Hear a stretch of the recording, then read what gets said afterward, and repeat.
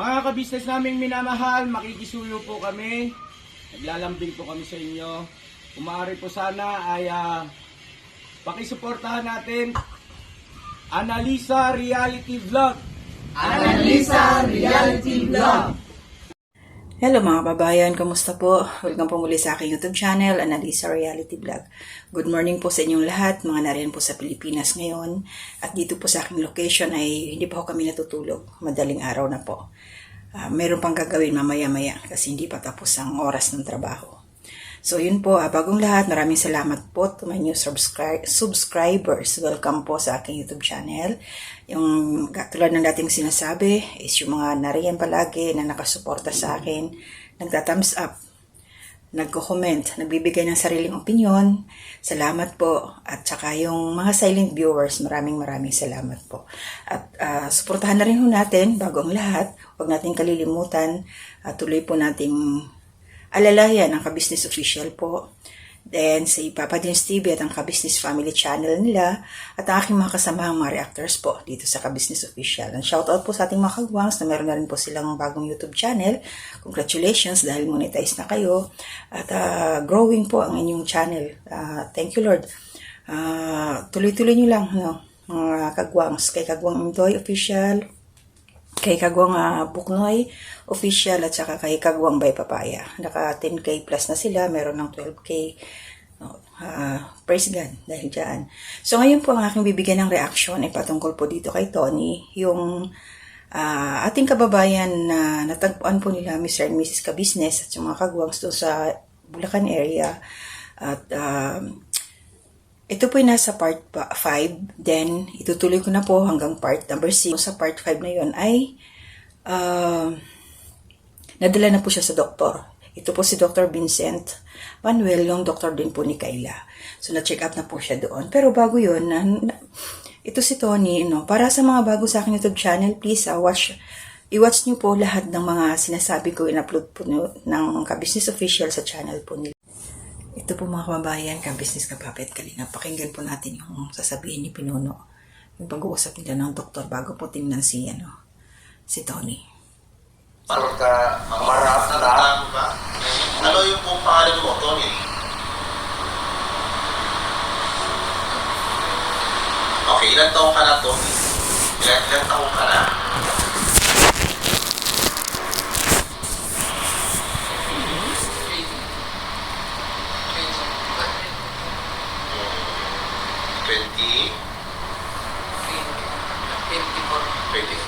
Okay, kailan ang birthday mo?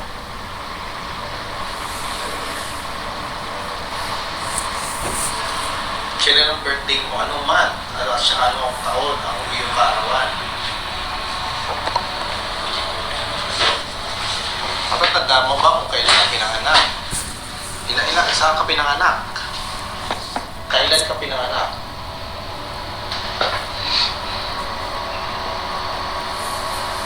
Sige na, sagutin mo yung tanong. Sabihin mo sa akin kung anong petsa, ano ang buwan. Okay. Sige, kailan ka pinanganak? July. Okay, very good. July. Ano ang date?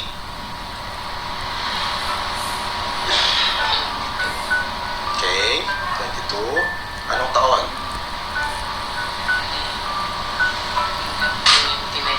1999. Very good. Sige, saan ka pinanganak? So, mga kababayan, nakakasagot na po si Tony, kaya talaga kanyang pag-reply kung ano yung tanong ng doktor. Maalis So, sa bahay natin nila. muli, meron Tapos, sinabi ko si Tony. ganyan, parang naglalayas. At kung saan napapadpad, hinahanap nila. Hindi ko lang po matya kung ilang beses na nangyari. Pero nung nasa putero niyo ba si Tony, ano rin ba si Tony? Yes po, Doc. May isang pagkakataon nung kasal nung isa sa aming mga tinutulungan, sila Lito at Vera, kasal, palibasa, nagkakasiyahan at nandun din siya. Nalingat kami ng konti, mamaya-maya wala na siya. So yun, nataranta kami lahat, hinanap namin siya. At nakita naman, kaya lang malayo na, Doc. Malayo na. Sa bahay namin. Bitbit niya na yung mga damit na pinamili namin sa kanya. Tapos dahan-dahan siyang, nakita namin kasi sa, ano pa yung CCTV kami sa bahay. Na-review namin yung CCTV. Nakita pa. Malayo na. Siguro more or less nasa mga... So yun nga, paano mga business, narinig natin ang sinabi ni Pinuno ngayon. At talagang nag-ano talaga ito si Tony. Umalis na naman pala, hinanap nila at mabuti nakita. So tuloy po tayo sa part 6. 5. So dito po sa part 6 na huling upload nila Pinuno about kay Tony. Ito na po yung time na nag-video call na yung tatay mismo ni Tony at saka yung ate niya. So, dito po natin nalinawan yung mga agam-agam, yung question mark. Kasi totoo lang mga kabayan, no? Simula ng umpisa, tapos dumating na hanggang part number 4. Nagtataka rin ako, sabi ko, baka mamaya nakainom ng drugs ito si Tony, yung mga ganun. Yun ang nasa isip ko. So, kailangan, mas maganda siguro kung nabanggit ko ito sa mga reaction ko nung nauna na saan maipa-drug test ba. Yun pala, dito sa part 6 na, nung dun sa video call, nag-premiere si Pinuno.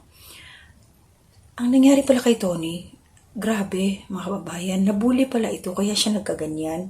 Nabuli siya na pinainom daw ito, kumbaga pinaglaruan ng mga barkada, na pinainom nung halamang gamot na talampunay. Yung talampunay po na yan, may experience din po ako dun sa amin naman, may kababayan ako, may kabaryo ako na nakainom niyan. Inom siya, tapos ang naging epekto sa kanya, nagtatakbo sa labas na walang suot, walang saplot. Hindi na siya gumaling, na ano yun siya, nag-all the way na talaga, hindi na namatay yun. Okay mga kabayan, pakinggan natin yung tanong ni Pinuno dito sa magulang ni Tony. Ganito kay Tony, yung mga utang ina, mga tarantadong mga barka. Saan ka eh, dapat napagtrabaho eh. Kaso dahil doon, wala nang mangyari sa kanya. Parang nawal na siya ng pag-asa sa buhay. Ang naisip na lagi pagkakuan, umalis, maglakad. Amo nang Si Tony noong hindi pa siya nagkaganito ay talagang mabait na bata siya, tay. Oo, mabait na ba? Oo, mabait po yan. Katulong-tulong po ngayon sa trabaho sa tanim ng alat. Ma'am Annabel, opo tay. Ma'am Annabel, may nabanggit po kayo kanina na may video. Di ba may nakita kayong video kung paano siya sinarantado, sinalbahe, pinaglaruan, pinagtripan. Pakiulit nga po ma'am. Kasi ubos yung battery ng GoPro po eh. Pakiulit po ma'am.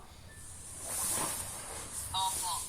Nung ginawa ko sa kanya yung tinuli siya, nawakan ko yung kamay niya.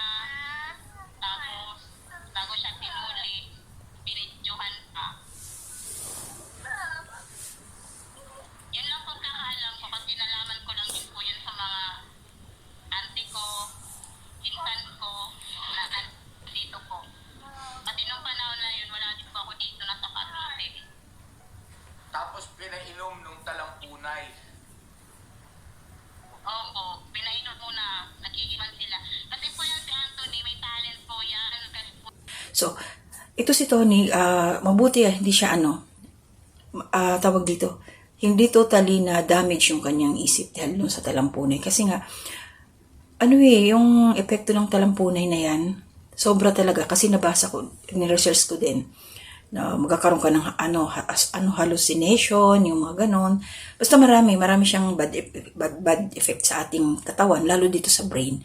Sabi nga nung tatay ni Tony na, nung umuwi daw to si Tony sa bahay nila, nakita daw niya ito daw nanginginig daw si Tony, yung mga laman nanginginig daw.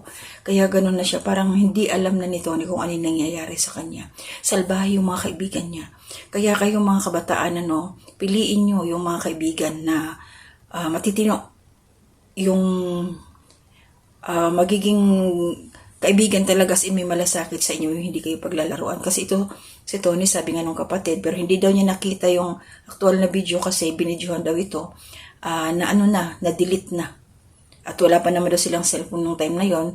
Kaya wala na rin silang wala silang pinangahawakang ebidensya. Kaya hindi na sila nakapagreklamo. Kaya ganyan na lang si Tony ngayon. So, thank you Lord dahil nga andyan. Alam ng Diyos talaga na ayun, nag-cross ang landas nila Tony at sa kanila pinuno nila Mr. and Mrs. Ka-Business at mga kagwang. So lahat talaga may talagang gumagalaw sa buhay natin ng Panginoon. Yan ang nangyari kay Tony at ito sila pinuno ang ginamit ngayon na instrumento para matulungan ang katulad ni Tony ngayon. O diba? So, yun na nga ang nangyari doon na nagbi-video call na. So, nakilala ni Tony yung tatay niya tapos yung ate niya. Tapos yung napag-alaman din natin dito, na yung nanay pala ni Tony, before na magkaganyan siya, yung nanay niya medyo nagkakaroon na ng problema sa isip. Kaya isa pa yan na sinabi ni Pinuno din na tutulungan din nila, lulubos-lubusin na nila yung tulong. At gustuhin man ng pamilya ni Tony na puntahan siya dyan sa Caloocan kila Pinuno, hindi rin may iwan ng tatay niya, yung mama niya, yung nanay niya doon. At maliban pa doon, syempre yung financial. Pero sabi nga ni Pinuno, walang problema naman, gagawa nila ng paraan. Pero, kumbaga sa pera ay pwede silang padalhan para makapunta lang kay Tony. Pero, hindi nga maiwan yung nanay. Kaya nag-decide ito sila Pinuno na mag-schedule na lang sila na ipapasyal. Dadalhin doon si Tony para makita ng nanay niya at makita din mismo nila ka-business ang talagang sitwasyon doon ng mga magulang ni Tony. At nakiusap din sila na pagbalik nila, pag nakarating na sila doon sa lugar ni Tony, pagbalik nila ng Caloocan, isama pa rin para tuloy-tuloy ang gamutan kasi naawa talaga to sila Pinuno sa naging kalagayan ni Tony. Kasi sabi nga ng tatay, mabait yung anak niya na nag-a-apply sana ng trabaho yun. Medyo na late lang yung dating ng requirements na barkada. Kaya yun ang nangyari sa kanya ngayon. Diba? Mga salbahe talaga, may mga tao talagang ganun. Kaya pag prinalang natin sila na siguro sa mga na to, hindi rin sila yung konsensya ba nila, mababalitaan nila kung ano nangyari kay Tony. So may karma din yun sa mga ginawa nila. At ito may instrumento naman ng ating Panginoon na gagamitin, na ginamit. Ayan na sila Pinuno para matulungan nga ito si Tony. So, antabayanan natin mga kababayan, ka-business, ka-papi at kalingap. Yung magiging nila, travel papunta kila Tony kung ano yung mangyayari. At meron pang check-up yan si Tony, mga kababayan. Parang babalik pa sila after 5 days, after 1 week, para follow-up check-up sa kanya. Sana mag-improve na yung yung unti-unting bumalik yung kanyang pag-iisip na yung normal na talaga. Kasi hindi naman nawala kasi naman siya naaalala niya, yun nga lang, hindi niya agad-agad masasabi. Nahihirapan siyang sabihin kaagad. Parang nautal siya, parang yung dila niya siguro nahihirapan niyang bigkasin. Although, yung brain niya active, pero pag ibo-voice out na niya, nahihirapan siya. Kaya hindi niya kaagad masasabi. At saka iniisip niya muna. Tumitingala talaga siya, nag-iisip muna. Tapos yun, nabibitawan niya na tama naman ang kanya sinasabi. So, ina-appreciate ko talaga tong sacrifice nila, Mr. and Mrs. Ka-Business. Grabe. Naiyak nga dito si Pinuno Dahil nga sa sobrang awa sa nalaman niyang ginawa kay Tony na talagang sobra pinaglaruan. Dahil walang kalaban-laban yung isa. So, para po doon sa hindi nakakaalam kung ano yung talampunay, panoorin niyo po yung video clip na to na aking pong na-research. Tingnan niyo po para meron kayong idea at makapag-ingat din po kayo. Kung meron kayong tanim na ganitong halaman, huwag na kayong mag-alaga. Sige po. Mas kailangan nga dito sa atin bilang halamang talampunay. Halamang nagtataglay ng mga magagandang bulaklak na animungay mga trompeta ng mga anghel. Isa itong munting kumpol o maliit na puno na mayroong malalagong mga dahon. Magandang pagmasdan ang mga bulaklak ng talampunay. Sa kulay nga nitong minsan ay puti, dilaw, orange, berde, lila o kaya naman ay pula. Ang halamang Angel's Trumpet ay kabilang sa pamilya ng mga namumulaklak na halamang Solanaceae. Ang mga bulaklak ng talampunay ay mababango rin at nakamamangha, kaya naman marami ang nag-aalaga ng halamang ito. Subalit bilang isang dito lang kita, dapat patuloyin ang peligro maaaring halip nito. Ang halamang talampunay ay pinaniniwala ang isa sa mga mapanganib o nakalalasong halaman. Ito nga ay nagtataglay ng mga nakalalasong sangkap gaya ng alkaloids, atropine, scopolamine, aconiosciamin, na kung makain mo, matulog sa'yo, o kaya naman ay mapunta sa iyong sugat, ay maaaring magdulot sa iyo ng halusinasyon, pagkaparalisa, o kaya naman ay pagkawala ng iyong memorya. Sa bansang Australia nga, partikular na sa mainland, ang pagtatanim ng halamang ito na talampunay ay ipinagbabawal na sapagkat madalas ginagawa nila itong alternatibo o ginagamit nilang alternatibo para sa marijuana. Ang halamang ito rin ay hindi ligtas para sa mga alaga nating mga hayop gaya ng aso at pusa dahil maaari silang malaso kung sakaling makain nila o mamaya nila ang piraso ng dahon o bulaklak nito.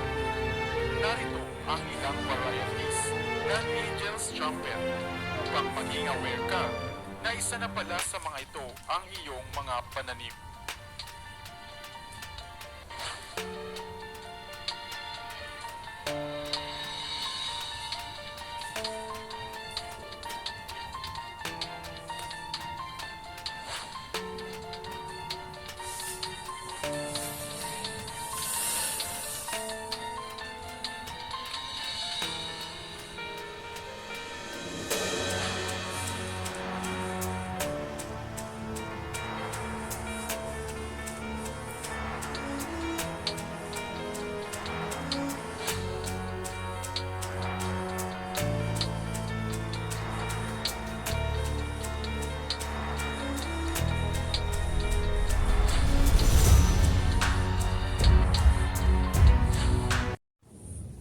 So, ayan po mga kababayan, no? Kalingap, kapapi at mga kabisnes na panood nyo doon sa aking in-insert na clip kung ano talaga itsura ng talampunay. At ngayon mag-ingat na ho tayo. Kayo dyan na may mga tanim niyan ay huwag na kayo mag-alaga. Tanggalin nyo na po para safe ang inyong pamilya. So, paano mga kababayan, hanggang dito na muna ang aking gawing reaction. Good morning po kay Ate Marilyn at gayon na rin po sa aking mga anak. Araw ng Friday na sa Pilipinas, may klase pa rin po sila. So, ingat po tayong lahat at laging mag-pray. Mag-pray po tayo palagi at huwag natin kalilimutan na sa anumang hirap ng buhay ngayon, malalagpasan natin, laban lang tayo. No? Nabalitaan ko sa Pilipinas, mahal na naman ang gasolina. Diyos mio, maabot ng 60 plus. So, para sa mga drivers na ang hanap buhay ay namamasada, wala tayong magawa, mga kababayan, kasi ganoon talaga. Mahirap ang namamasada. Naranasan namin yan, na sa mahal ng gasolina, lalo na yung mga nagbaboundary ng sasakyan. Minsan, sakto lang makabili ng bigas, minsan wala talaga maiuwi para sa pamilya. Naintindihan ko yung mga taxi driver, jeepney driver, tricycle driver, kasi mga kababayan, share ko na sa inyo, sandali lang, nung ano din, pag wala akong pasok dati, hindi ako nakakapasok, trabaho, yung mister ko, mayroon siyang hinahawakang, yung una niyang hawak is yung FX, so pag out ko minsan ng trabaho, sumasama ako sa kanya backride, ang hirap, manguha ng pasahero, tapos minsan, dadampot ka ng pasahero, may bubulaga, huli ka kaagad. Tapos ganun din sa jeep. Nagbiyahe din kami sa jeep. Nagbabakride ako dati sa mister ko. Biyahe namin is Pilcoa to Bagong Silang. Ganun ang namin. So, yun.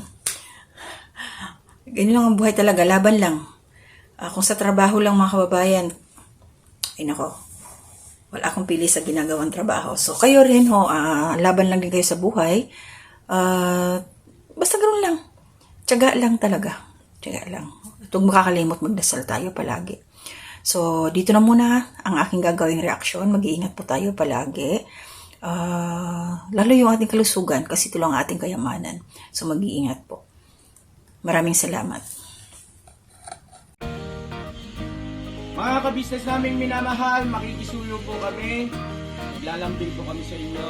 Kung maaari po sana ay pakisuportahan natin Taong Gala.